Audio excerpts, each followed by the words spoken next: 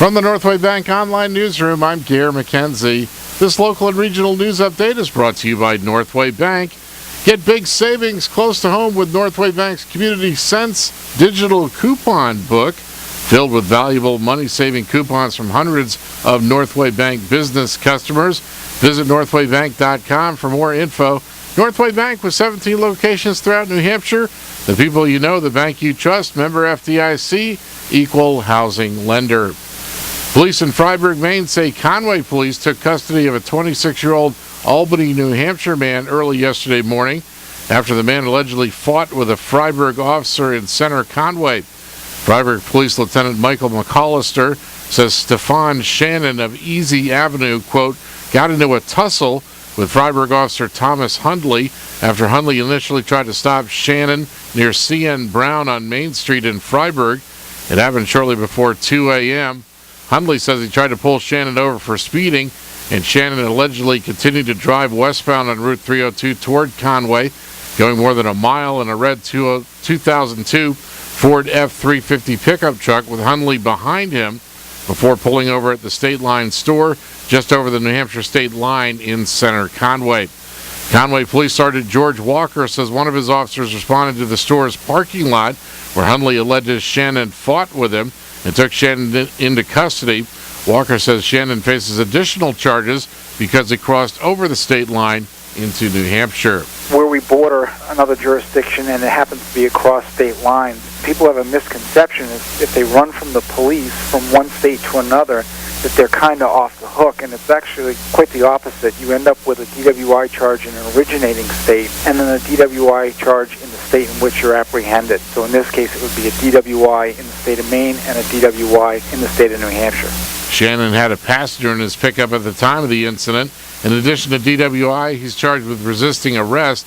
In Maine, he faces charges of aggravated operating under the influence, failing to stop for an officer, refusing to submit to arrest or detention, physical force, and speeding 15 to 19 miles over the speed limit. New Hampshire and local officials say the dangers of high waters and strong undercurrents are responsible for the alarming number of drownings so far this year. Marine Patrol Captain Tim Dunleavy says there have been 11 drownings this summer, 9 of them in June and July alone, compared to a total of 8 last year at this time. Heavy rains have created strong undercurrents in many of the state's rivers and streams that aren't visible from the surface. Officials warn people to exercise caution, and they advise weaker swimmers to go to parks staffed by lifeguards. In Maine news, Governor Paul LePage is headed to Pennsylvania to participate in a celebration for the 150th anniversary of the Battle of Gettysburg. The governor will take part in a ceremony at Little Round Top this evening. LePage will also tour the battlefield with the Maine and Alabama National Guard and offer brief remarks. The governor says he's proud to participate in the ceremony that honors the sacrifice of Maine soldiers who played a crucial role in the battle. In sports, the New Hampshire Fisher Cats got 8 strong innings of pitching from Marcus Walden last night in Manchester, and the Cats got their 7th straight win, beating the Portland Sea Dogs again 5-1. With the win, the Cats have taken 2 of 3 games in their series with the slumping Dogs. The final game is tonight. The Cats improved to 48-46 and currently hold the second playoff spot in the Eastern Division. The American League beat the National League 3-0 last night to stop a 3-year losing streak and win home field advantage in the World Series. That was in the All-Star game, of course.